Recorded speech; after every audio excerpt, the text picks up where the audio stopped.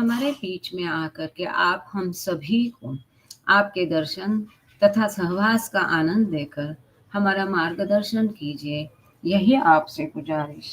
Thank you बाबा। जय बाबा। Beloved God, help us all to love you more and more and more and more and still yet more till we become worthy of union with you, and help us all to hold fast to Baba's Daman till the very end. अवतार मेहर बाबा की जय। अवतार मेहर बाबा की जय। अवतार मेहर बाबा की जय। सबको प्रेम पूर्वक जय बाबा। और ये द वॉइस किताब हम अभी मंगलवार से शुरू किया है, पिछले मंगलवार से 14 से पढ़ना, कि यहाँ पर प्रेमाश्रम के बच्चों के बारे में पूरा लिया है। और पिछली बार हमने यहाँ पर रुके थे कि ये जो फर्शिद नरीमन है वो बता रहे, एडिटर और राइटर ऑफ द बुक, कि ये जो सृष्टि है इसकी निर्मित केवल प्रेम के कारण की गई है, और इस प्रेम की अनुभूति के लिए अनुभव है कई विविध रूपों के माध्यम से, और इन रूपों में ईश्वर ने अपने आप को छिपाया है। आइडेंटिटी जो है, पहचान है, इन रूपों में उसने छिपा के रखी है, जैसे कि है कीड़ा मुंगी पशु पक्षी वनस्पति मनुष्य, इसमें इनके माध्यम से।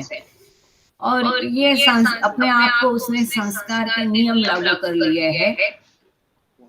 और जो रियलाइजेशन की एक इन शॉर्ट उन्होंने इसके में 2-4 लाइनों में बताया था कि कैसे वायु से शुरू होकर, गैसेस से शुरू होकर के अंतिमतः वह अपने आप को ईश्वर करके कैसे रियलाइज करते हैं। आगे हम देखते हैं। हम अभी जो इंट्रोडक्शन ही हमारा चल रहा है, ज्यादा लंबा इंट्रोडक्शन दिया नहीं है इन्होंने इस बुक को, अभी केवल एक आधा एक पेज है, उसको पढ़ करके आगे हम आज देखेंगे। This game of hide and seek is only ended when love for the reality, which is God the Beloved, is purified and intensified to the extent that the soul merges in this infinite ocean of love, and loses its consciousness and identity as an individual, and finally sees itself as the Beloved. ये जो ईश्वर ने अपने आप को एक विविध रूपों में फंसाया है, कई रूपों में ईश्वर ने अपने आप को फंसाया है, तो ये जो हाइड एंड सीक का वो कहते हैं, हाइड एंड सीक गेम है ये। तो ये हाइड एंड सीक की ये खेल कभी खत्म होता है कि जब वो ईश्वर आत्मा के रूप में अपने आप को शुद्ध नहीं करता है, और उसका जो ईश्वर के प्रति प्रेम है वो गहन और गहन और गहन होके जब तक वो इन्फिनिट मोशन ऑफ लव, प्रेम की जो अमर्याद दरिया में अपने आप को खो नहीं देता है, अपनी पहचान, अपनी चेतना जब तक वो खोता नहीं है, तब तक इस हाइड एंड सीक गेम का चलता रहता है। आई एम सो सॉरी, मुझे लगता है मैं इसको एरोप्लेन मोड में डाल देती हूँ अभी।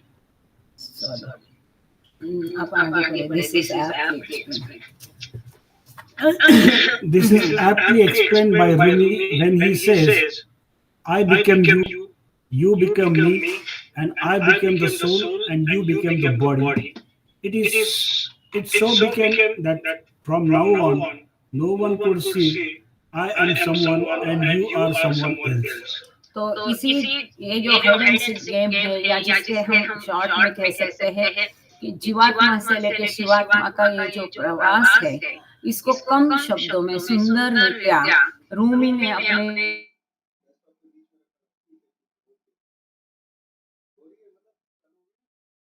मतलब ईश्वर जो है वो जीवात्मा बन गया है। इसमें बताया है यू बिकेम मी, और जीवात्मा से फिर वो परमात्मा बनता है, शिवात्मा बनता है। तो आप मैं बन गए हैं, ईश्वर बन गया है। I became the soul and you became the body. मैं आत्मा बन गया हूँ और आप शरीर बन गए हैं, क्योंकि शरीर के अंदर का जो आत्मा है वो तो आखिर में परमात्मा है। It so became that from now on no one could say I am someone else. और इस तरह से अंत में जब जीवात्मा का शिवात्मा बनता है तो कोई ये नहीं कह सकता है कि मैं हूँ तुम हो। मतलब ये जो भिन्नत्व है वो निकल जाता है, एकता प्रस्थापित होती है, जो बाबा कहते हैं कि इसी एकता के तत्व को मैं स्थापित करने के लिए आया हूँ। I and we, you are not we but one. तो इसी बात को यहाँ अलग ढंग से वो रूमी ने बताया है कि वहां पर परमात्मा से मिलन हो करके वो एक हो जाते हैं, द्वंद्व मिट जाता है, द्वैत मिट जाता है, अद्वैत प्रस्थापित होता है। To demonstrate the inner journey, To demonstrate the inner journey of the soul through pure and intense love, Meher Baba started an ashram in 1927 for boys from 7 years of age and up and named it the Prem Ashram or Ashram of Love. तो ये जो जीवात्मा का प्रवास है, आत्मा का प्रवास है, इसको सिद्ध करने के लिए, प्रदर्शित करने के लिए, उसको साथ दर्शाने के लिए, डेमोन्स्ट्रेट, पर किसके माध्यम से कि ये जीवात्मा परमात्मा बन सकता है, प्रेम के माध्यम से। इसको स्थापित करने के लिए, इस तत्व को स्थापित करने के लिए कि शुद्ध प्रेम, दैवी प्रेम, गहन प्रेम से ये जीवात्मा शिवात्मा बन सकता है। इसे सिद्ध करने के लिए मेहर बाबा ने 1927 में बच्चों के लिए प्रेमाश्रम स्थापित आश्रम बताया है, क्योंकि पहले मेहर आश्रम था, फिर वो प्रेमाश्रम हो गया, स्थापित किया, जो कि बच्चे 7 साल के ऊपर के थे, और उसका नाम प्रेमाश्रम रखा। ये आश्रम ऑफ लव, प्रेमाश्रम, आश्रम of love. He taught the boys how to love God, and for those who were ready for this journey, he helped purify, intensify their love through repetition of God's name and various meditation practices. बाबा ने बच्चों को ईश्वर से प्रेम कैसे करना है ये सिखाया। यही महत्वपूर्ण है कि बच्चों को बाबा ने प्रेमाश्रम में क्या सिखाया, तो ईश्वर से प्रेम कैसे किया जा सकता है। हम लोगों को सभी को ये प्रश्न रहता है कि हाउ टू लव गॉड। तो ये प्रैक्टिकल के साथ अपने मार्गदर्शन के अंदर मेहर बाबा ने इन मेहराश्रम और प्रेमाश्रम के बच्चों को सिखाया कि ईश्वर से कैसे प्रेम किया जाता है। वो बहुत अद्भुत प्रवास है, आगे हम उसको डिटेल में देखने जा रहे हैं कुछ पन्नों के पश्चात। जो छगन मास्टर की डायरी है बहुत अद्भुत है, वंडरफुल है। तो उसमें हम ये देखेंगे कि ये प्रवास कैसा होता है, कि ईश्वर से प्रेम कैसे करना है, ये बाबा ने उनको सिखाया। और जो इस यात्रा के लिए तैयार थे, क्योंकि मेहर आश्रम में बच्चों का लेने के लिए चयन किया जाता था, चयन करने के पश्चात जो those who were selected were kept separate, तो सिलेक्शन के बाद भी उनको अलग रखा जाता था, उनकी तालीम होती थी, उनको उनका बिहेवियर ऑब्जर्व किया जाता था, कैसा वर्तन है, वो इस लायक है कि नहीं, या आध्यात्मिक प्रवास के लायक, वो देख करके फिर उनको मेहर आश्रम में अंतिम दाखिला दिया जाता था। इसका अर्थ यह है कि जब बाबा कहते हैं कि यू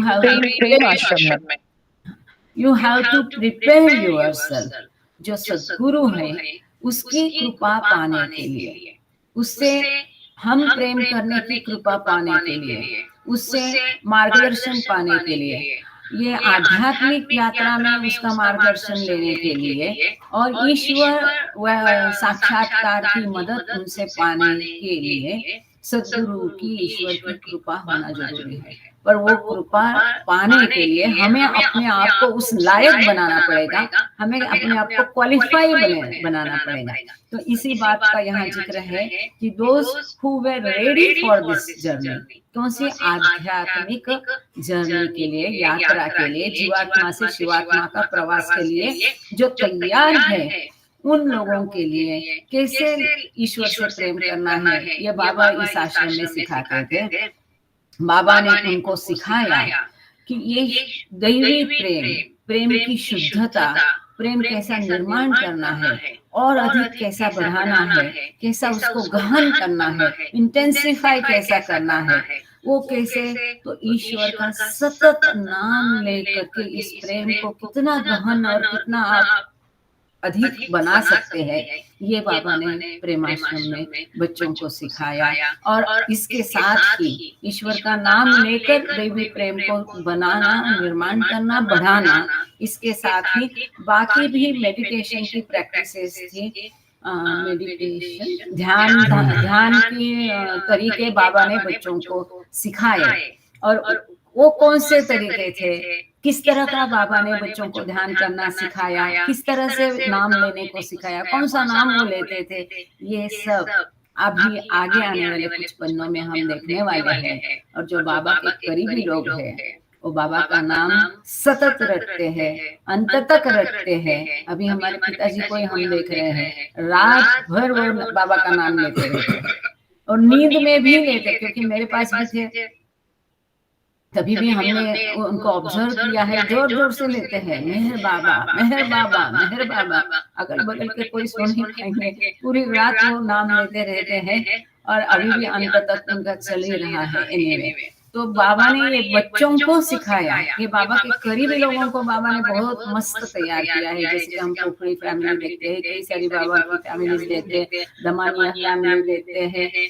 तो एक तरह से उनको बाबा ने इस तरह से वो सॉल्यूशन बनाया है। तो ये प्रेमाश्रम के बच्चों को बाबा ने इस तरह से बनाया। A number of these boys were slowly elevated to third, fifth, and sixth planes of consciousness. कई सारे जो बच्चे हैं प्रेमाश्रम के, वो धीरे धीरे उनको तीसरी भूमिका, पांचवी भूमिका, छठवीं भूमिका तक ये इन्होंने अपनी प्रगति साधी। केवल जिसके लिए हमें कई युग लगते हैं, कई जन्म बिताने पड़ते हैं, वो प्रवास इन बच्चों ने चंद महीनों में बाबा के मार्गदर्शन में किया, केवल और केवल प्रेम के माध्यम से।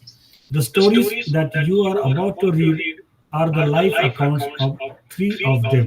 आगे किताब में हम जो भी अभी कहानियां सुनने वाले हैं, वो इस प्रेमाश्रम में जो बच्चे थे, उनमें से 3 बच्चों की जीवन की कहानी आगे हम इस किताब में पढ़ने वाले थे। आश्रम में तो 150 बच्चे थे, उनमें से 30 बच्चों को प्रेमाश्रम में लिया था। पर जब तक हम उनके पास पहुंचे, उनका इंटरव्यू करे, उनके इंटरव्यू भी अवेलेबल है, कुछ उनसे बात करें, मुलाकात करें, तब तक जितने बच्चे जिनसे संपर्क हो पाया, तो उनमें से 3 की यहाँ कहानी दी है। एक तो अलोबा, हम सभी अलोबा को जानते ही हैं, तो वो तो हमारे सामने जीता जाता है ही। उनके अलावा 3 और बच्चों की इसमें कहानियां दी हैं। These boys and few others lived long lives and were able to share and show the reality of the spiritual life they lived with Meher Baba. इन बच्चों ने आगे काफी लंबा जीवन व्यतीत किया, लंबी उम्र रही उनकी, काफी सारे नॉर्मल लाइफ उन्होंने जीवन जिया। क्योंकि जब बाबा ने प्रेमाश्रम बंद किया, तो बाबा ने सबको भेज दिया था। कुछ तो मंडली जन में शामिल हो गए, हम जानते हैं कुछ चंद के नाम, और कुछ को बाबा ने ईरान से काफी बच्चे थे, तो उनको ईरान में भेज दिया है। अब बच्चे जाना भी नहीं चाहते, तो वो भी बाबा ने वो सुविधा कर दी कि नहीं, आपको जाना है। फिर वहां जाने के पश्चात भी अपने नॉर्मल लाइफ में उन्होंने किस प्रकार से बाबा की सीख का अवलंबन किया। वो जो प्रेम है, वो दैवी प्रेम औरों से उन्होंने बांटा, और उस तरह से आध्यात्मिक जीवन किस प्रकार से जीना है, जो बाबा ने उनको सिखाया, उस तरह का जीवन वो जी के औरों को भी एक मार्गदर्शन बने। They told others who were interested how they could live this life, embark on and pursue their own spiritual journeys. जिसे भी इसमें दिलचस्पी है, those who are really interested in real spirituality, ऐसे नहीं है कि कुछ पाने के लिए भगवान को पूजा या कुछ डर से भगवान की पूजा की, वो पूजा नहीं होती है, वो प्रेम नहीं होता है। जो ये सच्चा प्रेम ईश्वर प्रेम करने लायक है, इसलिए ईश्वर से प्रेम करना है। तो जो ईश्वर से प्रेम करते हैं, जिनको सच में आध्यात्मिक जीवन में प्रगति में रुचि है, उनके लिए उन्होंने ऐसा जीवन व्यतीत किया और किस तरह से इस आध्यात्मिक लक्ष्य की प्राप्ति हम कर सकते हैं और किस प्रकार से हमारा आध्यात्मिक प्रवास होना चाहिए, ये सब उन्होंने बाकी लोगों को बताया। किसी ने लास्ट टाइम माधुरीपुरी ने शायद सवाल पूछा था कि प्रेमाश्रम के बच्चों का आगे क्या हुआ, उन्होंने बाबा का कार्य किया क्या क्या किया, ये सब हम आगे पढ़ने जाने वाले हैं इस किताब में। तो बिल्कुल उन्होंने ऐसा जीवन स्वयं जीवन व्यतीत किया, और इतना ही नहीं तो औरों को भी मार्गदर्शन किया अपने उदाहरण के माध्यम से, और तरीके से भी दूसरे लोगों को भी उन्होंने सहायता की इस प्रकार का आध्यात्मिक जीवन व्यतीत करने के लिए।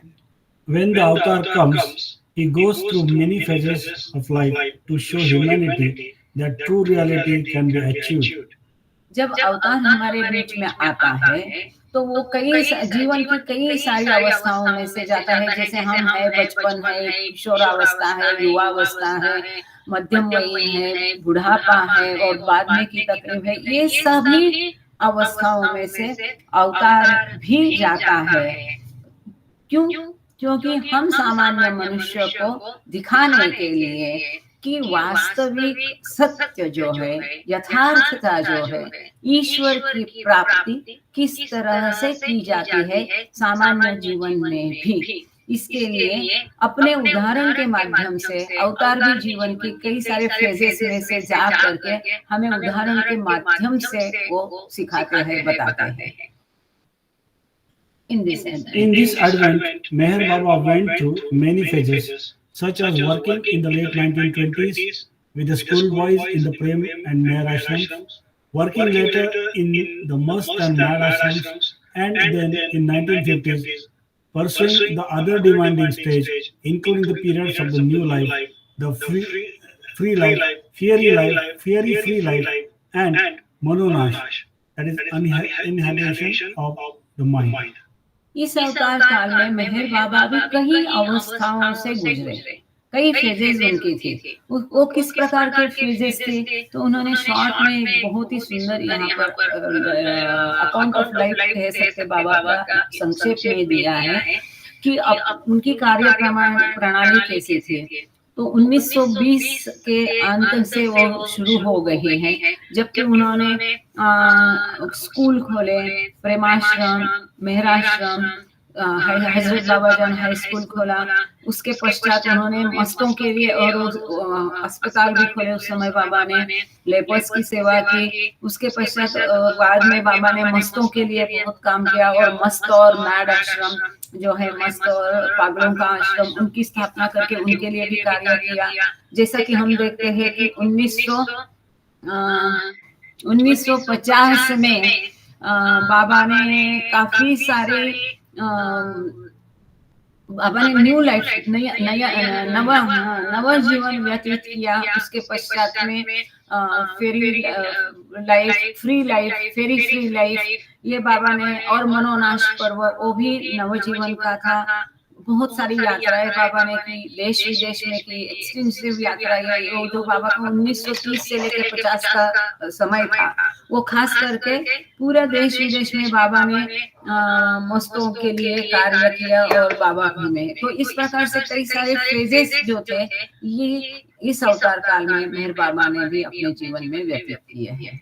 The avatar established the Prem Ashram as an early example to show humanity that the path of divine love is both practical and an achievable reality. ये बहुत सुंदर है कि मेहर बाबा ने प्रेमाश्रम की स्थापना करके उसके माध्यम से मनुष्यता को, मानवता को, ह्यूमैनिटी को ये बताया, सोदाहरण जिसको बोलते हैं, प्रैक्टिकल के साथ एग्जाम्पल दिया है, केवल एग्जाम्पल कि दैवी प्रेम का पथ जो है, मार्ग जो है, वो वास्तविक भी है, प्रैक्टिकल भी है, व्यावहारिक भी है, और प्राप्त करने जैसा भी है। यथार्थता को, रियलिटी को, ईश्वर को प्राप्त करने के लिए दैवी प्रेम का मार्ग व्यावहारिक भी है। देखो, ये practical is very important word here. यहाँ जो प्रैक्टिकल दिया, ये व्यवहार्य है। कि बाबा ये नहीं कह रहे आपको कि घर संसार छोड़ के हिमालय में जाओ या अपने फैमिली को छोड़ दो, ये नहीं कह रहे। Be in the world but don't be of the world. हमें अलिप्त रहना है, किसी में उलझना नहीं है, लगाव नहीं रहना चाहिए, लेकिन हमें हमेशा बैक ऑफ द माइंड रहना है कि ये सब ईश्वर का है, मुझे दिया गया ड्यूटी है, वो मुझे निभाना है।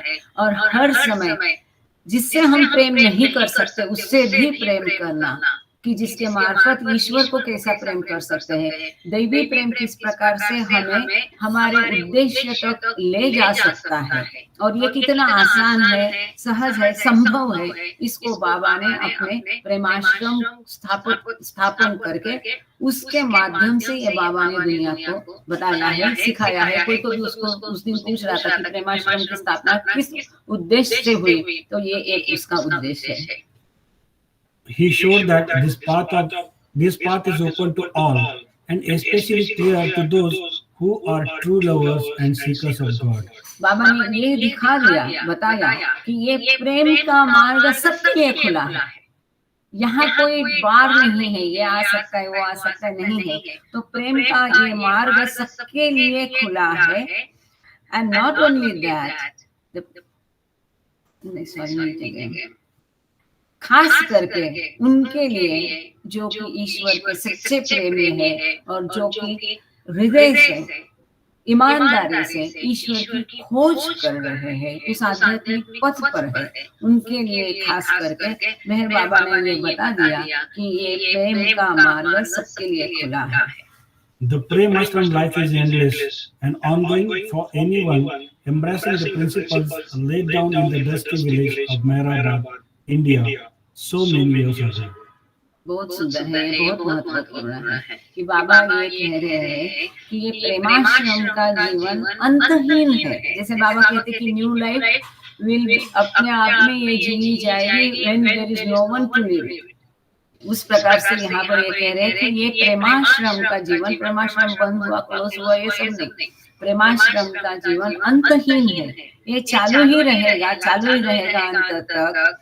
उनके माध्यम से जो कि इस प्रेमाश्रम के माध्यम से जो प्रेम के तत्व बताए गए हैं उनका अवलंबन करेंगे, वो उनका आचरण करेंगे। ये प्रेमाश्रम जो कि अहमदनगर के ये धूल भरे देहात जो अरण गांव है, वहां पर कई साल पहले ये प्रेमाश्रम के माध्यम से जो ये प्रेम के नियम बनाए गए हैं कि उसके माध्यम से ईश्वरत्व कैसा पाया जा सकता है।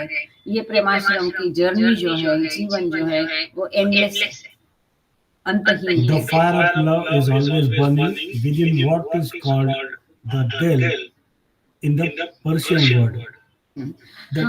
दिल, हृदय में, ये दल कहते हैं, हम दिल कहते हैं। हृदय में प्रेम की अग्नि हमेशा जीवित रहती है, ज्वलंत रहती है, चमकती रहती है। The fire of love is always burning.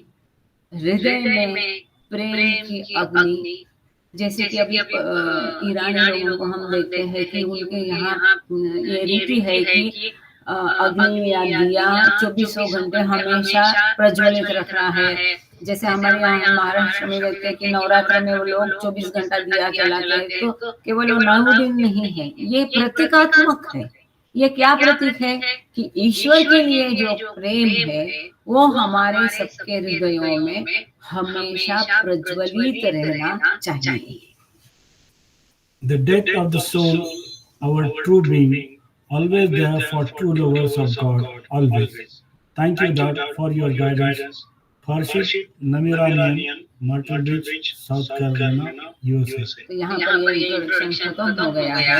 तो वो कहते हैं कि ये प्रेम जो है हमारा अस्तित्व है, दैवी प्रेम, और ये हमेशा हमें ईश्वर के जो सच्चे प्रेमी है उनके लिए हमेशा हमेशा हमेशा वहाँ रहेगा। वो थैंक यू डैड, मतलब ये फर्शिद नरीमन के जो पिताजी है खोड़ियार और खुसरो, तो खोडियार का हमने एक उदाहरण लास्ट टाइम उनकी कहानी सुनी थी। तो ये कहते हैं फर्शीद नमी रानियन कि अपने पिताजी और उनके चाचा जी इनको वो थैंक्स दे रहे हैं मार्गदर्शन करने के लिए। I think I too must thank my God, yes he has given such a precious gift of Baba for this lifetime. और हाँ, मैं बिफोर आई फॉरगेट, मेरे पिताजी की तरफ से पूरे ग्रुप को प्रेम पूर्वक जय बाबा। और माँ तो कहती है सबको जय बाबा। और ये इनके पिताजी फर्शीद नमी रानियन, इनके पिताजी खोडियार और खुशरो, ये दोनों भी बाबा के प्रेमाश्रम में थे।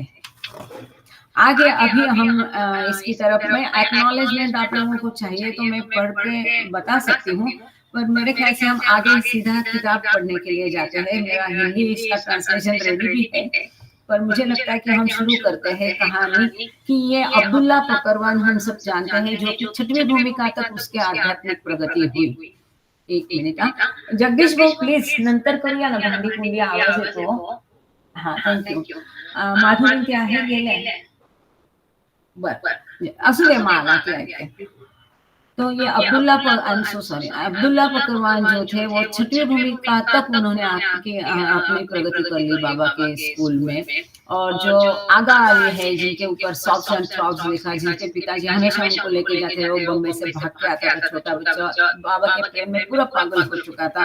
और दूसरे है अस्पंदायर वेस्ली। तो इनके 3 ये हीरोज है ये किताब के। इनके जीवन की एक संक्षेप में जीवनी थोड़ी सी दी है, थोड़ी सी लैंग्वेज और अटपटी आगे पीछे किया है, थोड़ा कुछ अभी का बता रहे हैं, कुछ पीछे का बता रहे हैं, थोड़ा फिल्मी स्टाइल उन्होंने लिखने की कोशिश की है नॉवेल टाइप इस किताब को, इन पन्नों को एटलीस्ट। तो थोड़ा हम समझ के उसको चलेंगे, एग्जैक्टली ट्रांसलेशन करेंगे तो कंफ्यूजन जैसा हो सकता है।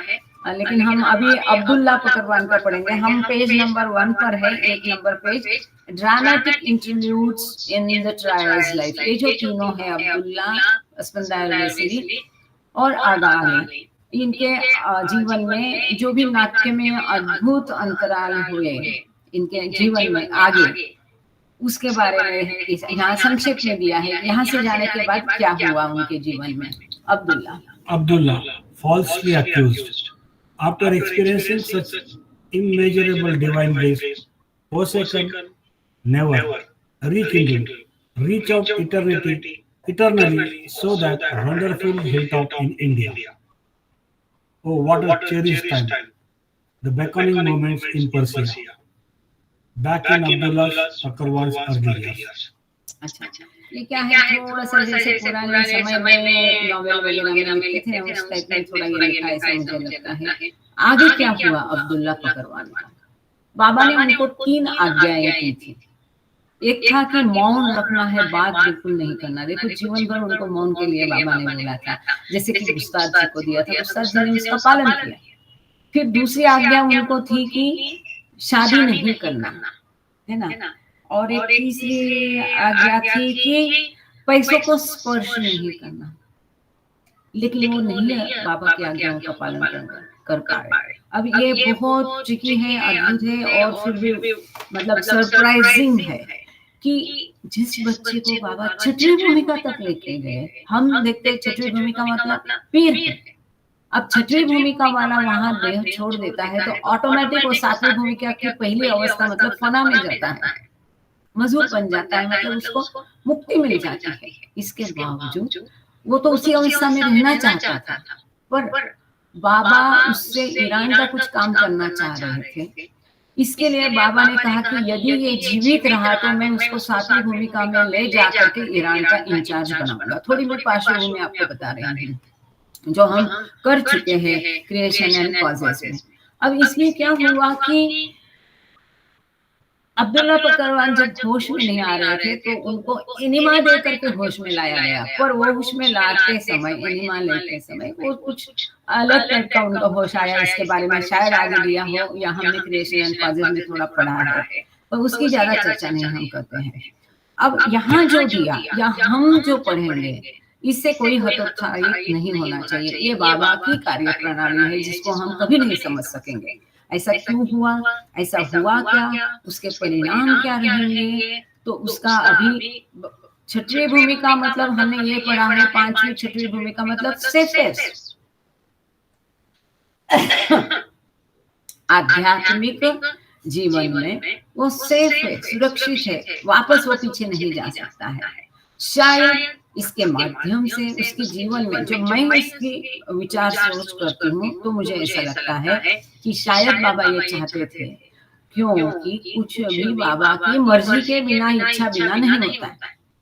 अब उसके कोई बचे कुचे संस्कार हो गए, शायद उसको निपटाने के लिए हुआ, पर हुआ क्या, यहाँ से इतना प्रेम का सुंदर अनुभव लेके जाने के, मेहराश्रम से प्रेम का अनुभव ले जाने के पश्चात वहां ईरान में अब्दुल्ला पर गलत दोषारोप किया गया। मतलब जो गुनाह उसने नहीं किया, तो उस गुनाह के लिए उसको गुनहगार ठहराया।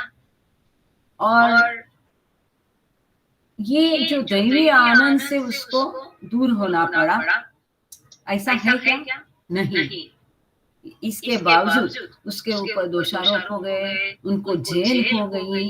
इसके पश्चात ये अनुभव इस दुनिया के, भौतिक दुनिया के खराब थे, उसके बावजूद उसके जो डिवाइन ब्लिस थी, दैवी प्रेम का जो अमाप उसे दैवी प्रेम मिला, वो छोड़ दिया गया नहीं। यहाँ उन्होंने दिया कभी भी नहीं, वो पुनरुज्जीवित होते गया, पुनरुज्जीवित होते गया। आखिरकार में ये भारतवर्ष के अद्भुत जो टीला है, उसमें जो उनके उनमें दैवी प्रेम पुनरुज्जीवित किया था, जिसका वहां एक प्लांटेशन हो गया था, वो बढ़ते गया।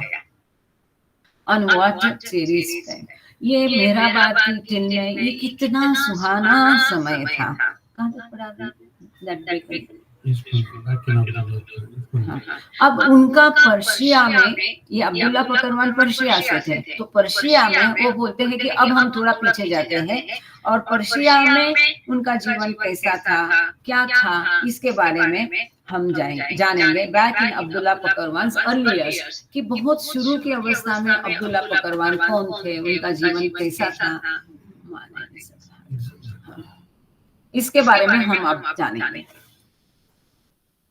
The excitement he felt in reading an article in his own language in the widely circulated Calcutta published newspaper. The words completing the launch of free international school, devoid of all caste and organized religion, bringing together boys from all faiths in an atmosphere of truth-seeking in true spirituality. ये अब्दुल्ला पकरवान अनाथ थे, माँ बाप नहीं थे, और थे, उनके चाचा चाची ने उनको बढ़ाया था। अब उनके पढ़ने में, ये कलकत्ता न्यूज़पेपर में उनके पढ़ने में ये विज्ञापन आया, और हमने सब देखा है, सबने क्रिएशन एंड कॉजेस में बहुत इन डिटेल हमने वो विज्ञापन पढ़ा भी, किस प्रकार का था। देश विदेश में हर जगह विज्ञापन भेजा था। बहुत सुंदर उसके वर्डिंग है कि ये दुनियादारी की शिक्षा नहीं, परंतु आध्यात्मिक शिक्षा के लिए। उस समय में this is beyond our imagination, हम कल्पना भी नहीं कर सकते कि 1920 के दशक में ये विज्ञापन, एडवर्टाइजमेंट एक स्कूल का देश विदेश में जाता है। ये एडवर्टाइजमेंट उन बच्चों के मन पर इतना परिणाम किया, जिसके क्या स्पंदायर है। अब्दुल्ला पकरवान स्वयं ने एडवर्टाइजमेंट देख करके, पढ़ करके बाबा के यहाँ अकेले आए थे, यात्रा करके। देखो, ईरान से एक बच्चा अनदेखी भूमि, अनदेखा जगह, अनदेखा देश और जगह में अकेला आता है। 14-16 साल शायद उनकी उम्र थी, वो आगे हम पढ़ेंगे। तो ये हो सकता है, नहीं हो सकता है, ये केवल इनका पहला प्रिपरेशन था। और देवी प्रेम में इन लोगों की कितनी जबरदस्त इच्छा थी। हमको कैसा चाहिए, ईश्वर कंफर्टेबली चाहिए, कुछ बिना तकलीफ लिए सब कुछ प्राप्त करके, सब भौतिक आराम से हमको ईश्वर की प्राप्ति चाहिए, ऐसा नहीं होता है। ये इसीलिए उन्होंने जो शब्द किया कि true seekers of God, true seekers and true lovers of God, तो ये जो ट्रू लवर और ट्रू सीकर का ये साइन है जो हम अब्दुल्ला पकरवान में देखते हैं, आगे हम अस्पंदायर में भी देखने वाले हैं। तो ये विज्ञापन उनके दिमाग में गूंज रहा था कि जहां पर ये इंटरनेशनल स्कूल होने जा रहा है, कि ऐसा कि जहाँ कोई भी जात धर्म पंथ का आदमी बच्चा पढ़ सकता है, और इस प्रकार से सभी जाति धर्म पंथ के बच्चों को इकट्ठा लाने वाला, सभी आस्थाओं के बच्चों को इकट्ठा ला करके जो कि ईश्वर की खोज कर रहे हैं और वास्तविक आध्यात्मिकता के लिए इस स्कूल की स्थापना की गई थी, ऐसा उन्होंने विज्ञापन पढ़ा। और वो विज्ञापन पढ़कर अब्दुल्ला पकरवान आगे कहते हैं, आई मस्ट गो देयर, ई कोड विदिन डिटरमाइन अब्दुल्ला। ये पढ़ करके उनके मन में आवाज गूंजती रही कि मैं इस स्कूल में जरूर जाना चाहिए, मुझे इस स्कूल में जरूर जाना चाहिए, ऐसे अब्दुल्ला पकरवान कहते हैं। His joyous 18 months in the embrace of divinity followed, and now, many months later, in a dark Persian jail cell, perhaps punishment for running away from the bliss just a few years ago. वहां पर 18 महीने इतने blissful, joyful, इतने आनंद में, परम आनंद में उन्होंने दैवी आनंद में बिताए, उसको गले लगाया। और उसके पश्चात अब कई महीनों पश्चात पर्शिया के अंधेरे जेल के सेल में वो पड़े हैं। शायद ये दैवी प्रेम से भागने के लिए ऐसा उन्होंने कहा, लेकिन क्यों कहा ये हमें तो पता नहीं। हमें तो पता है कि अब्दुल्ला को बाबा ये अपने साथ सबसे आखिरी में बाबा से अलग हुए, आगा ले, और उसके पहले अब्दुल्ला को बाबा स्वयं भी ईरान लेके गए, फॉरेन लेके गए पहले, बाद में ईरान लेके गए, और फिर बाबा ने स्वयं वहां उनको छोड़ के आए हैं ईरान में। और जितने प्रेमाश्रम के बच्चे थे वो सबके घर को बाबा ने, जब बाबा ईरान गए तो सभी के घर बाबा गए, सबके घर को बाबा ने ईरान में विजिट किया था। So much had happened. कितना कुछ घटित हुआ। So much had happened. Spiritual Master Meher Baba doled out 3 simple orders when I left him on October 27, 1929. Keep silent, do not touch money, and do not marry. ये आध्यात्मिक गुरु जो मेहर बाबा है, वो कहते हैं, उन्होंने 27 अक्टूबर 1929 को जब मैंने मेहर बाबा से मैं निकला, मतलब छोड़ा नहीं, क्योंकि बाबा तो किसी को, बाबा ने स्वयं सबको भेज दिया था।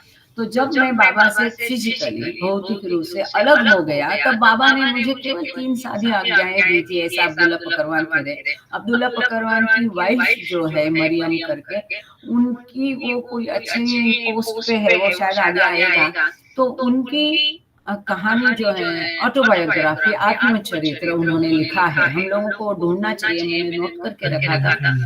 हाँ, नहीं ये तो यहाँ नहीं किया होगा, पर जो कहने में पढ़ा है वो मैं कह रही। अब्दुल्ला पकरवान की जो वाइफ थी वो मेयर थी, तो उन्होंने अपनी कहानी आत्मचरित्र लिख के रखा है, और वो आत्मचरित्र में उन्होंने अब्दुल्ला पकरवान की कई सारी घटनाओं के, अद्भुत घटनाओं का उल्लेख किया है।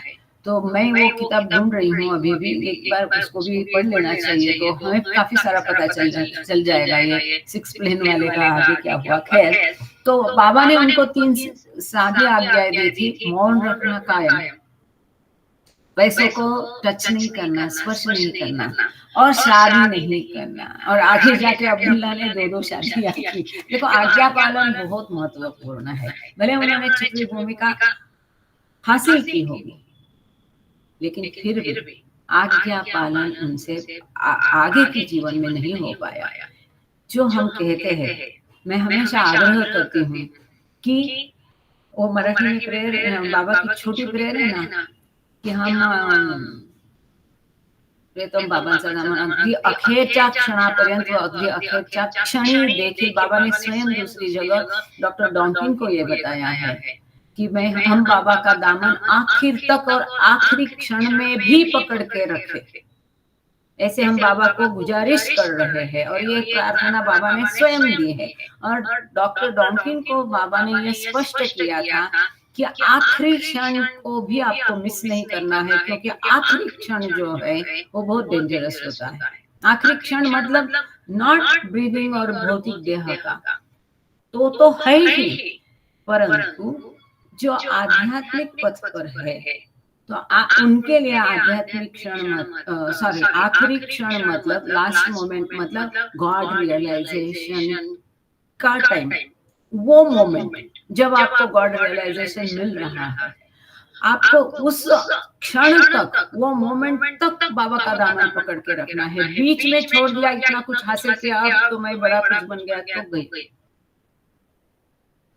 जैसे सातवीं भूमिका की पहली अवस्था फना है, वहीं पे छोड़ दिया तो फिर वो मजूब बन के रह जाएगा। उसको जो कॉन्शियसली अनुभव करना है ईश्वर साक्षात्कार इस देह में, वो नहीं हो पाएगा।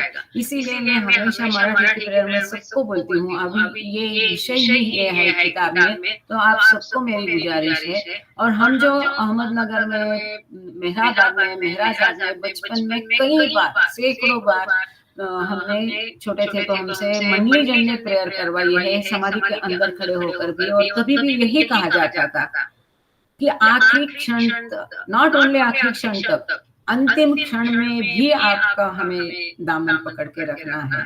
अगदी अखेरच्या क्षणापर्यंत व अगदी अखेरच्या क्षणी देखील आमच्या हाती घट्ट राहावा, कि आपका दामन हमारे हाथ में लास्ट मोमेंट में भी थमे रहे। इसके लिए हम आप हमारी मदद करो, ऐसा हम कहते हैं। इसका ये जो है, तो अंत में हम बाबा की 3 आज्ञाओं का वो पालन नहीं कर पाए। आगे चलते हैं। I tried my best, but life's demands often divert one from the divine path. Abdullah बकरवान कहते हैं कि मैंने बहुत कोशिश की कि बाबा की ये आज्ञाओं का पालन करने की। ऐसा नहीं कि उन्होंने कोशिश नहीं की, परंतु जीवन की जो चुनौतियां थी, उन्होंने मुझे अपने आध्यात्मिक पथ से हमेशा दूर किया, भटकाया, मैं भटक गया उस पथ से। Countless human enchantments, जो है मानव के अनगिनत प्रलोभन, What wonderful days they were, वो कहते हैं कितने अद्भुत वक्त थे। On the hill at Mehrabad, India from 1927 to 29, Bharatvarsh में मेहराबाद की वो टीले में 1927 से लेके 1929 तक के वो दिन कितने अद्भुत थे। I barely remember being carried to the colony hospital in a state of bliss. वो कहते हैं जब हमने देखा कि छठी भूमिका जब उन्होंने प्राप्त की, वो अद्भुत आनंद अवस्था में वो हमेशा रहते थे, तब उनके ये शरीर टिक नहीं पाता है, वो आनंद, वो जो शक्तियां मिलती है उसके सामने हमारा भौतिक शरीर टिक नहीं पाता है। और बाबा उनको मरने देना नहीं चाहते थे, तो बाबा ने उनको जो मेहराबाद में अपना मेहर अस्पताल है, मेहर हॉस्पिटल है, उसमें उनको दाखिल किया। तो वो कहते हैं कि वो जो अनंत आनंद की अवस्था में मुझे जब अस्पताल दाखिल किया, तो वो मुझे ज्यादा याद भी नहीं, धुंधला सा याद है। तो जब अस्पताल में एडमिट किया था अब्दुल्ला बकरवान को, तब उनका अनुभव क्या रहा, ये हम आगे देखेंगे। कोई आलय का जगदीश भाऊ आवाज येतोय। And fellow ashram comrade Ispandar Vesali visiting me there. और फिर जो आश्रम के मेरे दूसरे सहयोगी थे, हम सब जानते हैं अस्पंदायर वेसली, उन्होंने भी मुझे वहां भेंट दी। और ये हमने क्रिएशन एंड कॉजेज में उन लोगों के डायलॉग पढ़े हैं। आगे उसी डायलॉग को अब्दुल्ला बकरवान दोहरा रहे हैं। He asked, "What are you saying?" Baba, Baba, everywhere. Ispandar showed me a matchbox cover. What is this? Baba, he is everywhere.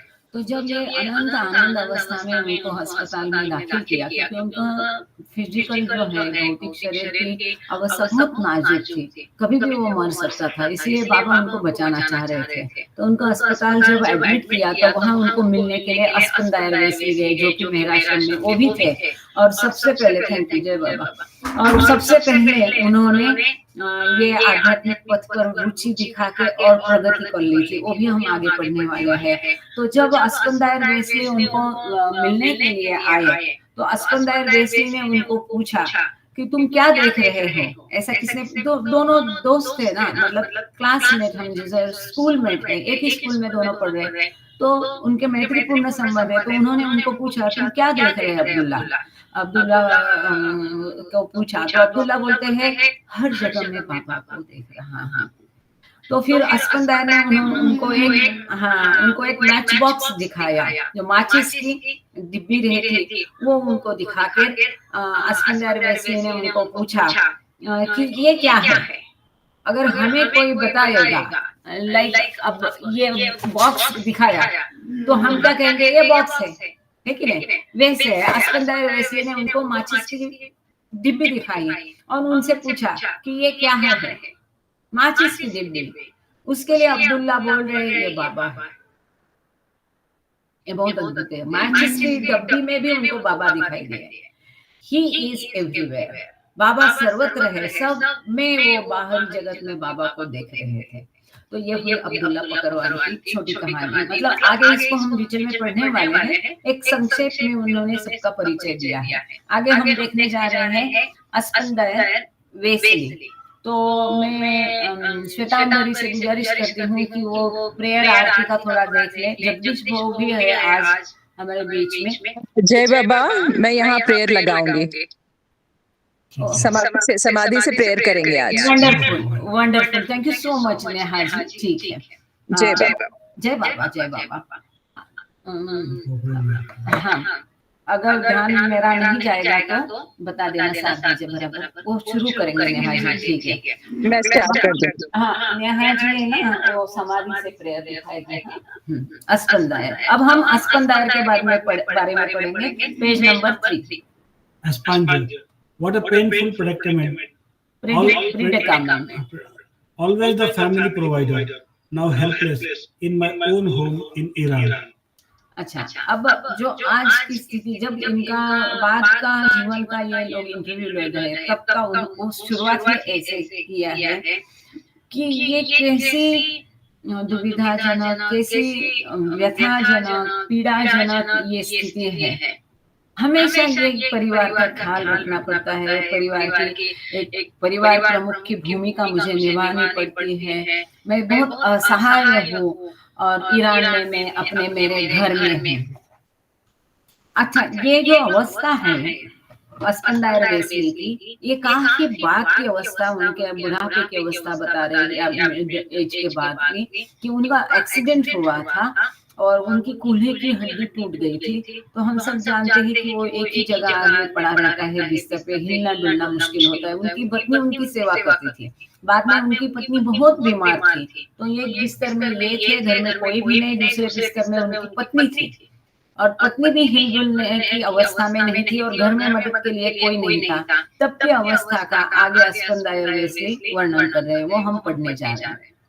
Unable even to crawl to the bathroom, unable to give comfort to my wife Shirin, bedridden from her own misfortune. वो कहते कि मैं bathroom तक स्वयं जा नहीं सकता हूँ, इसका उनको दुख है। मेरी पत्नी यहाँ बिस्तर पर पड़ी है, पर उसको मैं एक गिलास भर पानी भी नहीं दे सकता हूँ। ये कैसा मेरा दुर्भाग्य है, ये कैसी विडंबना है, कितना ये पीड़ाजनक स्थिति है। I should have known better. The reach was too far for me to achieve. Realized only in the falling. ऐसी जब असहाय स्थिति में मुझे पता चला कि वास्तव में ये जो मेरा उद्देश्य है वो मेरे पहुंच से भी अभी भी बहुत दूर है, ये मुझे पहले समझना चाहिए था। जो बाबा कहते हैं ना, भूमिकाओं में जो प्रलोभन है, ये पहली भूमिका, दूसरी भूमिका, तीसरी भूमिका, चौथी भूमिका, वहाँ जो शक्तियाँ मिलती है, आनंद मिलता है, वहीं पे आदमी गुल हो जाता है। उसको लगता है अरे मैंने अंतिम उद्दिष्ट प्राप्त कर लिया, बहुत खुश हो जाता है छोटी मोटी चीजों से।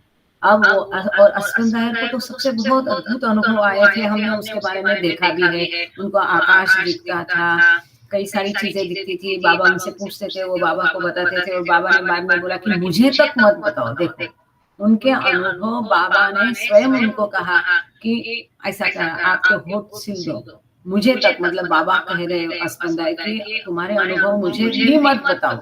तो ये कितना महत्वपूर्ण है स्पिरिचुअल अनुभवों के बाद में, हमको समझना चाहिए। छोटी छोटी चीजों से कई सारा मालूम पड़ता है। तो अब अस्पंदार को पता चला, उनको काफी अद्भुत अनुभव आए और तीसरी भूमिका हासिल कर गए थे, बाद में 5वीं उन्होंने हासिल की शायद। तो उनको बहुत अद्भुत अच्छा लगता था, उनको लगा अरे मैंने उद्दिष्ट को प्राप्त कर लिया। पर जब अब वो सामान्य जीवन व्यतीत कर रहे हैं, सामान्य जीवन की जो पीड़ाएं हैं उनको भोग रहे हैं, क्योंकि उनके संस्कार बाकी हो गए, या तो बाबा की वर्ष ऐसी मर्जी होगी। अब वो कह रहे हैं कि इन पीड़ाओं को अनुभव करने के पश्चात मुझे समझ में आ रहा है कि उद्देश्य अभी कितना दूर है, जो कि मुझे पहले ही समझना चाहिए था। My dearly beloved has always sustained me. मेरा प्रियतम परमेश्वर जो है मेहर बाबा, उन्होंने हमेशा ही मुझे संभाला है। It's very important. मेरे प्रियतम ने मुझे हमेशा संभाला। What wonderful months so many years ago, 1927 to 1929 at Mehrabad. 1927 से 1929 तक मेहराबाद में वो कितने अद्भुत दिन थे, कितने प्रेम भरे थे। हर एक का सेंटेंस यही है, चाहे ये अब्दुल्ला हो चाहे अस्कंदाया हो, वो जो अद्भुत प्रेम के दिन उन्होंने बाबा के साथ वहाँ गुजारे वो सबको याद है। और उसके लिए एक इसकी छोटी कहानी आज मैंने मेरे पिताजी को बताई, जो कि अभी वेंटिलेटर में यहाँ आके टकटकी बाबा को फोटो दिखाते हैं, तो देख रहे थे पता नहीं, तो उनको जब मैं ये बाबा का बताया तो उनके आंख में से ऐसे आंसू आए। Why did Baba keep me away from India for so many years? वो कहते हैं कि बाबा ने इतने सालों तक मुझे अपने से दूर, भारत से दूर क्यों रखा? Surely I can make it to the toilet. वो कहते हैं कि मैं टॉयलेट तक कम से कम जा पाऊं। देखो कैसे विडंबना होती है।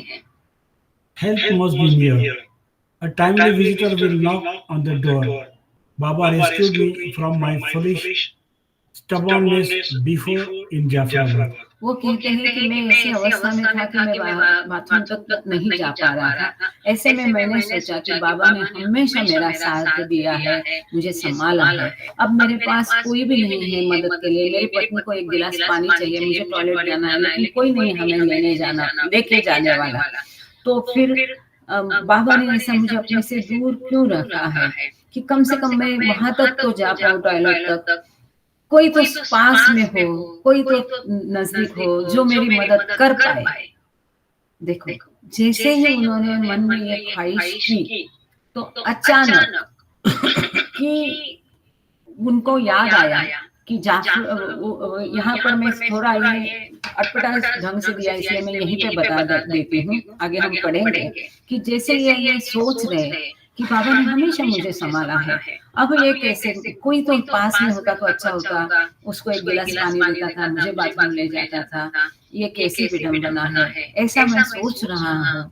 और उसी समय में द्वार में अचानक कोई आता है, मेरा दूसरा बच्चा जो रहता है वो अचानक आ जाता है और फिर वो हमारी दोनों की मदद करता है। यही देखो छोटी मोटी चीजें हैं, हमें समझना चाहिए। वी हैव टू थैंक बाबा हर चीज के लिए। मैं हमेशा कहती हूँ एक ठंडी हवा का झोंका भी आया तो हमें कहना चाहिए थैंक यू बाबा।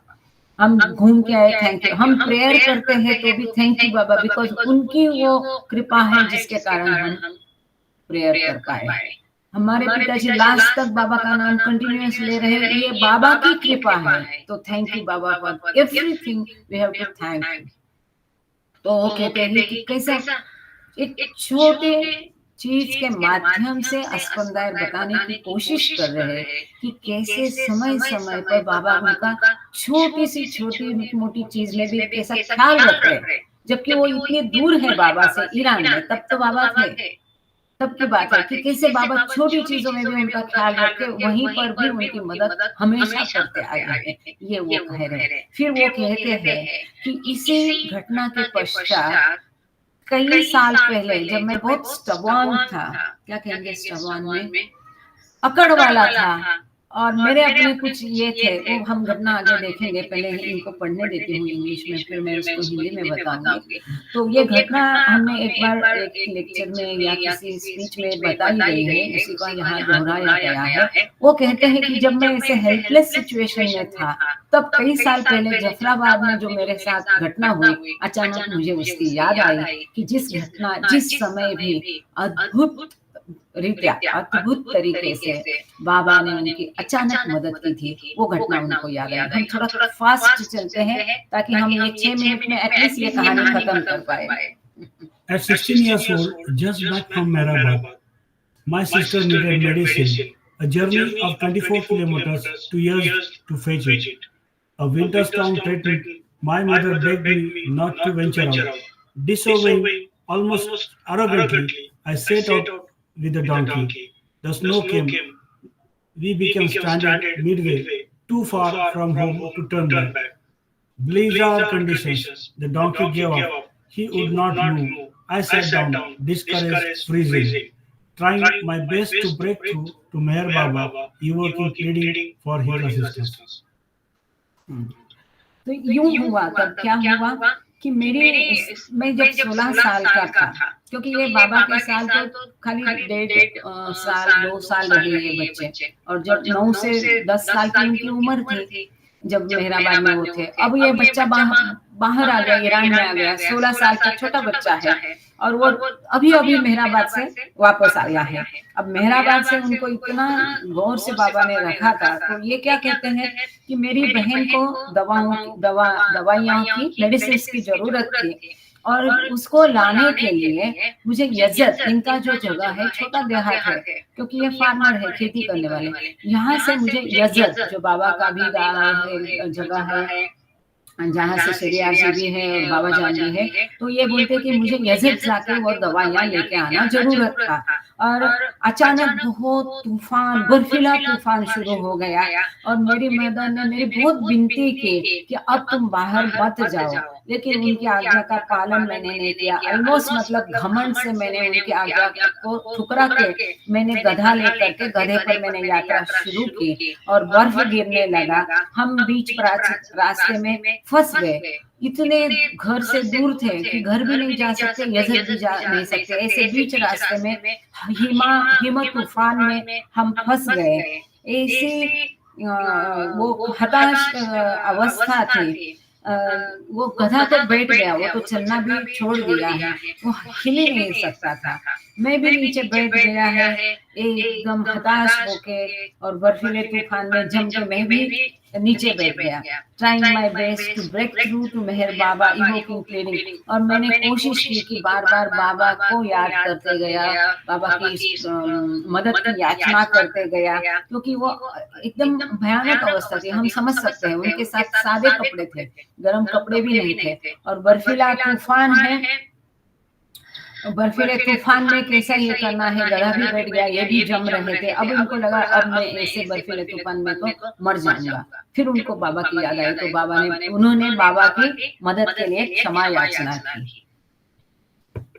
और यहाँ पर मैं इसको हिंदी में थोड़ा फटक से बता दूं। अचानक से क्या हुआ, वो कहते हैं कि उबलते पानी की बाल्टी फ्रॉम नोवेयर, सुनसान जगह है, आसपास में कोई नहीं है, और उबलते पानी की बाल्टी मेरे सर पर डाली जा रही है, ऐसा मुझे लगा।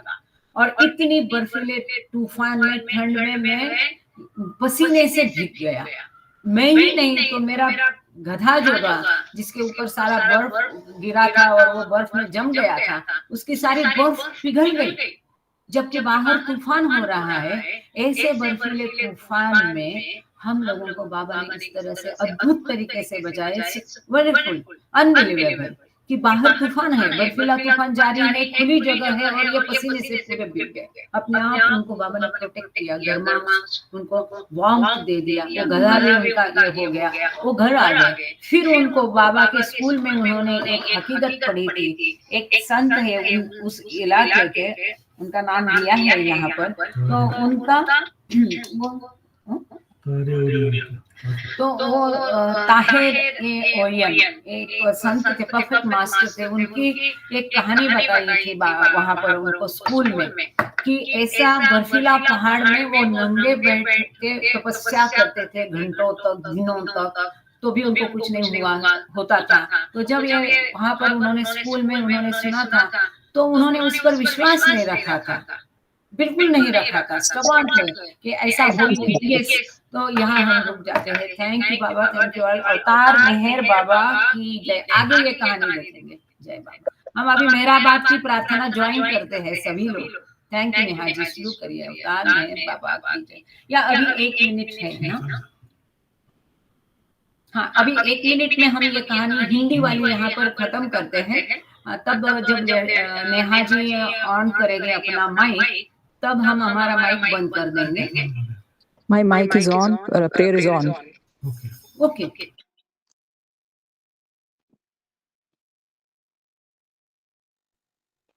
Sir, you always are, and you always will be. You are everywhere. You are in everything.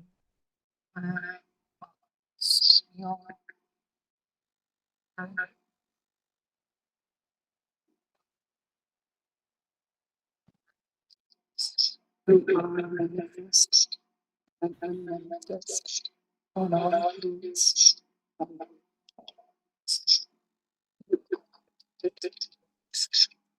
Should be on the threats. You are acceptable. You are the future. Love others. The Lord sorry Neha ji, आवाज नहीं आ रही है। आप वहाँ पास में जाएंगे तो वो आवाज हम सुन पाएंगे अच्छे से, या फिर आप हाँ नहीं आवाज नहीं आ रही।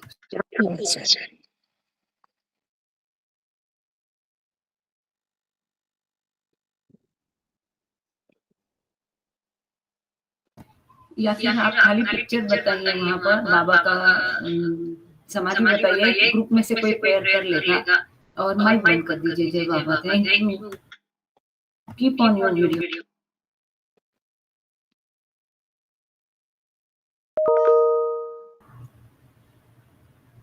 उमा जी, आप प्रेयर हिंदी में शुरू कर दीजिए। जय बाबा। अवतार मेहर बाबा की जय। आवाज आ रही दीदी? आवाज आ रही है? ठीक है। हे परवरदिगार, सबके रखनहार और सबकी रक्षा करने वाले, तुम्हारा कोई आदि नहीं है, न तुम्हारा कोई अंत है। तुम अद्वैत हो, तुम तुलना से परे हो, और तुम्हारा पार कोई नहीं पा सकता है। तुम्हारा कोई रंग और रूप नहीं है। तुम आविर्भाव से रहित हो और गुणातीत हो। तुम अपार हो और अगाध हो, कल्पना और धारणा से परे हो, शाश्वत और अनेश्वर हो। तुम अखंड हो और दिव्य नेत्रों के सिवा किसी भी प्रकार से तुम्हें कोई नहीं देख सकता है। तुम्हारा अस्तित्व सदैव था, तुम सदैव रहते हो और तुम सदैव रहोगे। तुम सर्वत्र हो, हर वस्तु में हो, हर जगह से परे भी हो और हर वस्तु से परे भी हो। तुम अगोचर हो और क्लियर बताओ, तुम स्वतंत्र हो और सृष्टि के रचने वाले हो, स्वामी के स्वामी हो, समस्त मनों और इंद्रियों के ज्ञाता हो, और तुम सर्वशक्तिमान हो, सर्वव्यापी हो, अनंत ज्ञान हो, अनंत शक्ति हो और अनंत आनंद हो। तुम ज्ञान के महासागर हो, सर्वज्ञ हो, अनंत ज्ञान रखने वाले हो, और भूत, वर्तमान और भविष्य के ज्ञाता हो, और तुम स्वयं ज्ञान हो। तुम पूर्ण दयामय हो और सतत परहितकारी हो। तुम आत्माओं की आत्मा हो और अनंत गुणों से संपन्न एक परमात्मा हो। तुम सत्य, ज्ञान और परमानंद की मूर्ति हो। तुम सत्य के मूल हो, प्रेम के महासागर हो। तुम सनातन सत्ता हो, ऊंचों में सबसे ऊंचे हो। तुम प्रभु और परमेश्वर हो। तुम परब्रह्म हो और परात्पर परब्रह्म भी हो। तुम परब्रह्म परमात्मा हो, अल्लाह हो, इलाही हो, यजमान हो, अहुरमज़द हो और प्रियतम ईश्वर हो। तुम्हारा नाम इज्जत अर्थात एक पूज्य है। अवतार मेहर बाबा की जय। हे असीम दया के निधि प्रभुराज, हम अपने सब पापों के लिए पश्चाताप करते हैं। हर एक विचार के लिए जो असत्य, अनुचित या गंदा था, हर एक बोले हुए शब्द के लिए जिसे बोलना हमें उचित न था, और हर एक कर्म के लिए जिसे करना हमें उचित न था। स्वार्थ से प्रेरित हर एक कर्म, शब्द तथा विचार के लिए तथा द्वेष प्रेरित हर एक कर्म, शब्द और विचार के लिए हम पश्चाताप करते हैं। विशेषकर हर एक काम, विचार तथा क्रिया के लिए, ऐसे हर एक वचन के लिए जिसको हमने पूरा नहीं किया, सब असत्य वचनों के लिए, सभी निंदा, पाखंड, दंभ या लोगों के पीछे उनके दोष बताने के लिए हम अनुताप करते हैं। और खासकर दूसरों का नाश करने वाले हर एक कर्म के लिए, दूसरों को दुख देने वाले हर एक शब्द तथा कर्म के लिए तथा दूसरों पर दुख देने की इच्छा करने के लिए हम अनुताप करते हैं। हे प्रभुराज, आप हम पर असीम दया करके हमारे किए हुए पापों को क्षमा कीजिए और वैसे ही आपकी मर्जी के अनुसार विचार करने में, बोलने में तथा कार्य करने में जो हमारी असमर्थता सदा रहती आई है उसको भी क्षमा कीजिए। यही हमारी आपसे प्रार्थना है। अवतार मेहर बाबा की जय। प्रियतम परमात्मा, हमारी ऐसी सहायता करो कि हम तुमसे अधिकाधिक प्रेम करें और भी और फिर भी उससे भी अधिक प्रेम करें, जब तक कि हम तुझमें मिलकर एक हो जाने के बाद न बन जाए। और तुम सबकी ऐसी सहायता करो कि हम अंत तक बाबा का दामन दृढ़ता से पकड़े। अवतार मेहर बाबा की जय। आरती दीदी, आरती कौन करेगा?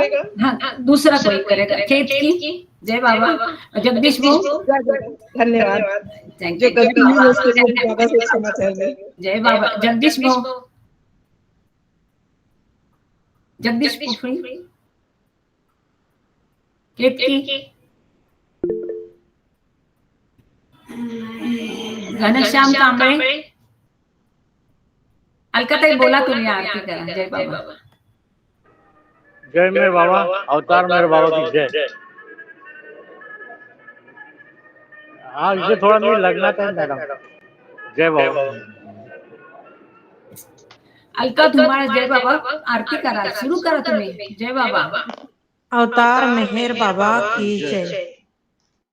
जहाँ कल्पना सकल पहुँचे, ऐसे अपरंपार नित्य नित्य वेद पुकारे, महिमा तोरी अपार। दिव्य सनातन परम दया घन, दिव्य सनातन परम दया घन, हे जगदुद्धारो मेरा मन आरती स्वीकारो, मेरा मन आरती स्वीकारो। धूप दीप चंदन चढ़ाना, भोग लगाना, फूल चढ़ाना, तुम्हारा ही तुमको लौटाना। काहे बढ़ाई करो मेरा मन आरती स्वीकारो, मेरा मन आरती स्वीकारो।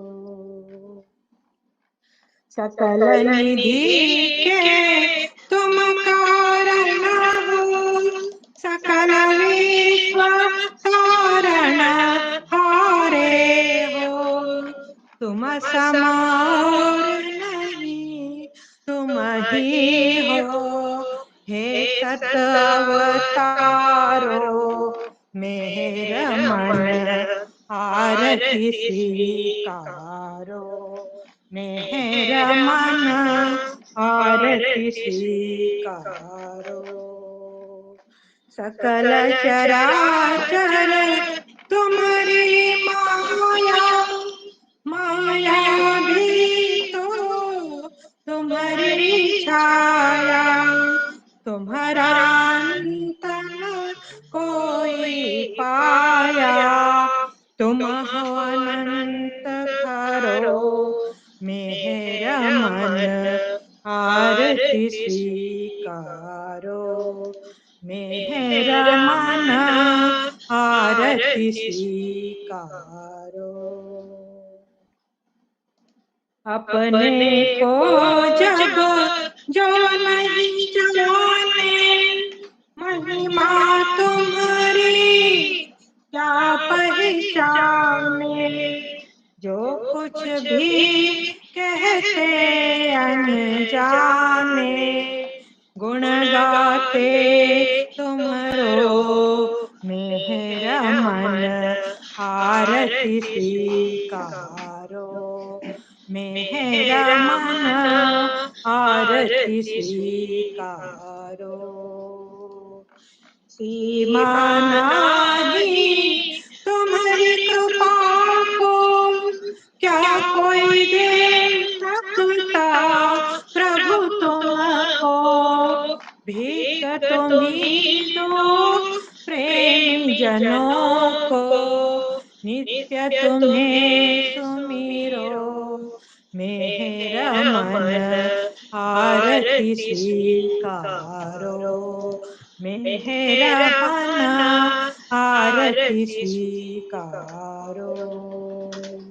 दिव्य सनातन परम दया घन, दिव्य सनातन परम दया घन, हे जगदुद्धारो मेरा मन आरती स्वीकारो, मेरा मन आरती स्वीकारो। अवतार मेहर बाबा की जय, अवतार मेहर बाबा की जय, अवतार मेहर बाबा की जय। थैंक यू बाबा, थैंक यू जय बाबा। अभी अपने अपने माइक वीडियो खोल देना। नेहा जी है कि लेफ्ट हुए, आवाज नहीं आ रही थी समाधि की, पर समाधि दिख रही थी, तो खाली वीडियो भी चालू कर देते। जय बाबा, जय बाबा, जय बाबा, सबको जय बाबा, जय बाबा कर्मा, जय बाबा, जय बाबा, जय बाबा, जय जय बाबा, बाबा, जय जय बाबा, जय बाबा, जय बाबा, जय बाबा, बाबा की जय, बाबा की जय, सबको जय बाबा, जय बाबा, जय बाबा, जय बाबा, जय बाबा, जय बाबा, जय बाबा। चलिए जय कंटिन्यू। बाबा, अवतार जय बाबा, मेहर बाबा की जय, अवतार मेहर बाबा मेहर बाबा की जय, जय, अवतार मेहर बाबा बाबा की जय। जय बाबा। माधुरी जय जी, बाबा, जय जय बाबा, बाबा, जय बाबा, जय बाबा, जय जय बाबा, सबको जय बाबा, जय बाबा, जय जय जय बाबा, जय बाबा। मेरा जी जय बाबा, जय बाबा, जय बाबा, हाँ। मीरा और श्रद्धा इनको देना अगली बार। हाँ श्वेता, मीरा मगरिया और श्रद्धा, हाँ हाँ, मीरा मगरिया को आरती देना अगली बार। और श्रद्धा, हाँ प्रेयर अच्छा आ जाएगा ना आपको श्रद्धा जी। शारदा, हाँ सॉरी शारदा, हाँ हाँ जी, मराठी मराठी येईल मला। तो फिर आप मंडे बोलना। हाँ हाँ, और मीरा जी आरती करेगी थर्सडे को या मंगलवार को, और शारदा आरती करेगी कि प्रार्थना बोलेगी मंडे को? प्रार्थना बोलेगी। प्रार्थना बोलेगी। और कौन नया है? कोई नहीं, कभी जिसने नहीं किया वो कोई जय बाबा, जय बाबा, जय बाबा। आज की जो स्टोरी थी सही में दिल दहलाने वाली थी, और इसलिए बाबा कहते ये यहाँ पे कमजोर दिलों वालों का काम नहीं है, इस राह पे चलने के लिए कमजोर दिलों का काम नहीं है। और बहुत ही हम ज्यादातर अब्दुल पकड़वार जी को जो सुनते थे कि छठी हुई तक सुने, लेकिन उसके बिहाइंड की जो स्टोरी सुन रहे तो यहाँ पे दिल दहल जाता है कि अब इस राह पे चलना बोले तो थोड़ा कठिन लगता है। लेकिन इसलिए बाबा कहते नहीं, मेहर प्रसाद, ये अब्दुल्ला बकरवान का उदाहरण ही कुछ और है। ये हम लोगों को चकराने वाला है। हम इसमें ज्यादा नहीं सोचे तो अच्छा है। क्यों? क्योंकि ये स्कूल और बच्चों बाबा ने एक पूरी दुनिया के लिए प्रातिनिधिक रूप में किया था। उनके माध्यम से पूरी दुनिया के लिए बाबा ने कार्य किया। पॉइंट नंबर 1, जैसा एक्सपेरिमेंट रहता है ना, वो एक फ्रॉक को चीर के फिर वो सब बताया तो इस यहाँ पर शायद कारण थोड़ा मेरा अलग होगा, गलत होगा।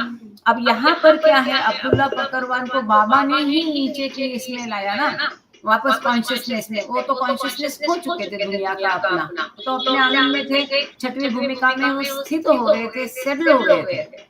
अब उनको वापस लाने का बाबा का कोई कारण होगा, जबकि टेक्निकली एक बार छठवीं भूमिका में गए तो कुछ नहीं होता है। तो ये जो हमको लगता है कि उन्होंने आज्ञा पालन नहीं किया, उनको जेल हो गई, उनको दुनिया हो गई, देखो छठवीं भूमिका में भी बचे कुछ कुछ संस्कार बाकी रहते हैं, हम देखते हैं। तो शायद हो सकता है ये बचे संस्कार बाबा उनके निपटाएंगे, तब उनको गॉड रियलाइजेशन होगा, और वो हुआ भी होगा, हमें कैसा पता। ये सेकंड एग्जाम्पल है अब्दुल बकरवान का। फर्स्ट एग्जाम्पल तो हमारे मधुसूदन पुंज जी का ही है, जो दामन के बारे में बताए। बाबा और setting every time example set करते हैं कि मधुसूदन पुंज जी का जो दामन छूटा था, दिस ऑल्सो एक एग्जाम्पल सेट कर रहे हैं कि ऐसे प्रेमों का भी दामन फिसल सकता है हाथों से। तो हमें कुछ सीखना चाहिए उसमें से। मैं भी ये कुछ बताना चाहते हैं बाबा, अब्दुल्ला बकरवान के बारे में कुछ बताना चाहते हैं।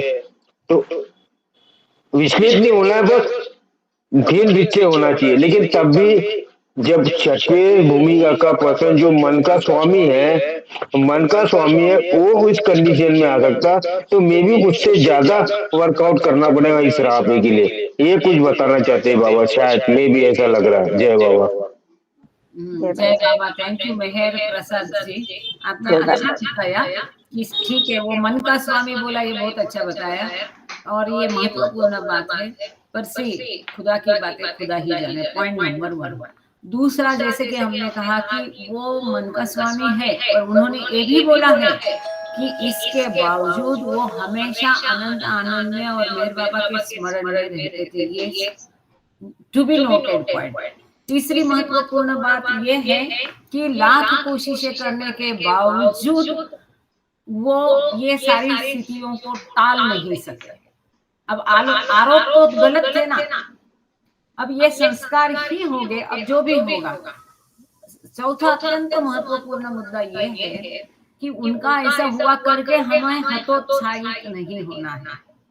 अब मधुसूदन पुंज जी की बात करते, उनकी कहानी, उनकी स्टोरी और उनकी घटना और उनके साथ जो हुआ, कई लोगों को पता नहीं अंदरूनी क्या क्या हुआ, हम सब जानते हैं।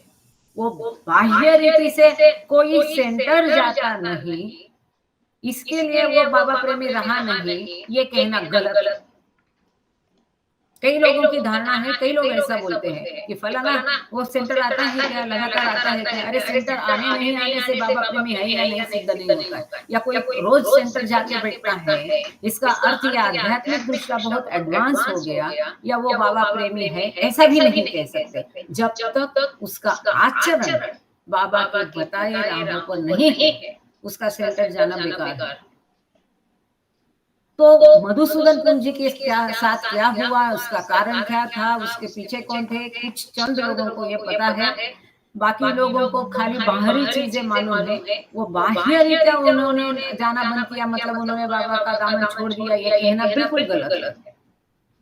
वो क्या थे, वो दादा के, मेरे पिताजी के अच्छे करीबी दोस्त थे, उनके साथ क्या हुआ यह सब हम लोग जानते हैं। बेटर हम उस मामले में ज्यादा ध्यान नहीं दें, जो बाबा ने बताया है उसको। तीसरा बात यह है कि अरे मधुसूदन उनका भी दामन छूट गया तो चलो छोड़ो ना, मैं दूसरे भगवान को गया तो क्या, ये गलत। अरे उसने दारू पी ली है, अरे लोग भी दारू पीते हैं फिर मैं भी दारू पीऊंगा, ये गलत।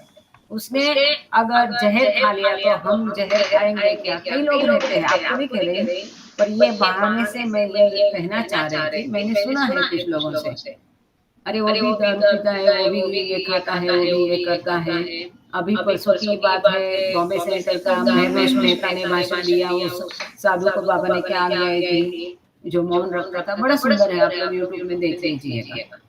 तो ये हम बाबा कहते हैं नेवर कॉपी अदर्स, दूसरों को कॉपी भी नहीं करना है, उनको देख के हमें हमारा राह तय करना नहीं है, या हमारे राह से भटकना भी नहीं, या उत्साही।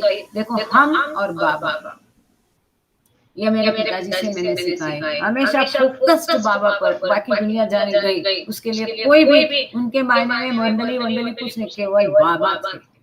और मंडली जन भी केवल फोकस बाबा पर ही लोगों का करते थे, अपने ऊपर कभी उन्होंने फोकस नहीं किया किसी का।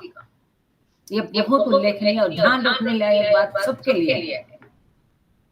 वो फोकस अगर बाबा से हट जाता है तो हमारा बाबा बाबा कहना बेकार है हमारे लिए। तो बाबा, और शायद यही कारण होगा कि बाबा दादा से, मतलब मेरे पिताजी से बहुत प्रेम करते थे। वो स्ट्रेट फॉरवर्ड थे, जो बाबा अच्छा चाहते हैं वो मैं नहीं कहना चाहिए, वो स्ट्रेट फॉरवर्ड है। वो जो सच है वही कहते हैं, वो मतलब वो हिपोक्रेसी चीज ही नहीं उनमें, और यही चीजें हैं जो बाबा को भाती है। तो ये हमको कोई लेना देना नहीं औरों से, हम भले हमारे बाबा भले, बस ये इतना ही मैं कहना चाहूंगी मेरे प्रसाद से। जय बाबा। जय बाबा। जय बाबा, वेरी नाइस, वेरी नाइस। बहुत अच्छा बताया आपने। और सही में ये किताब इस राह पे चलने वाले पथिक लोगों के लिए एक मार्गदर्शन बनेगी।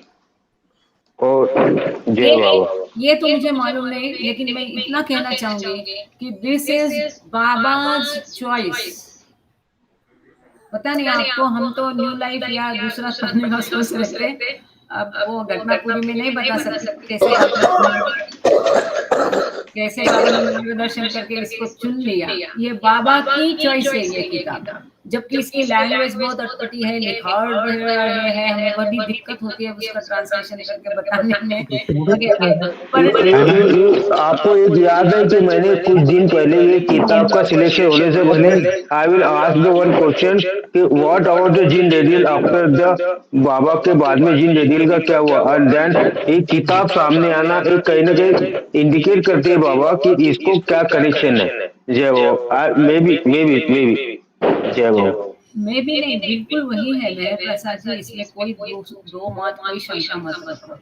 ये सब जो चल रहा है ये बाबा चला रहे हैं, बाबा रहते हैं हमारे बीच में। इसे कोई पागलपन कहो, जो भी कहो, ये श्रद्धा नहीं, ये अनुभव है, हम महसूस करते। अब नेहा जी ने वहां लगाया, बिल्कुल बाबा का प्रेजेंस महसूस हो गया, भले हमें समाधि नहीं दिखी होगी, वहां की प्रार्थना नहीं सुनाई दी होगी। So I am very much thankful to Neha ji कि बड़े 2 क्षण के लिए उन्होंने वहां का बताया। पर एक जो हम जनरल ग्रुप में करते हैं तो थोड़ा दायित्व बनता है, इसके लिए मुझे फॉर्मेलिटीज के लिए दूसरा कोई प्रेयर के लिए बुलाना पड़ा मजबूरन, क्योंकि वो प्रेयर सुनाई नहीं दे रही थी और हमारी प्रेयर का टाइम निकल जा रहा था। लेकिन वो जो आनंद वहां पर आया, बाबा की उपस्थिति यहाँ पर भी रहती है, और ये बाबा पूरा इसका संचालन करते हैं, इसमें उनकी निगाह है, निगरानी है, ये उन्हीं के मार्गदर्शन से ये चलता है। मतलब ये किताब चुनना, ये हमें कई अद्भुत प्रसंग है। पर अब हम आज यहाँ रुक जाते हैं मेरे प्रसाद जी, और सभी का अब सब मिल अपना वीडियो ऑडियो खोल के बाबा की 3 बार जोरदार जय जयकार कर। अवतार मेहर बाबा की जय। अवतार मेहर बाबा की जय। अवतार मेहर में बाबा की जय। जय बाबा। थैंक यू बाबा, थैंक यू बाबा, थैंक यू ऑल ऑफ।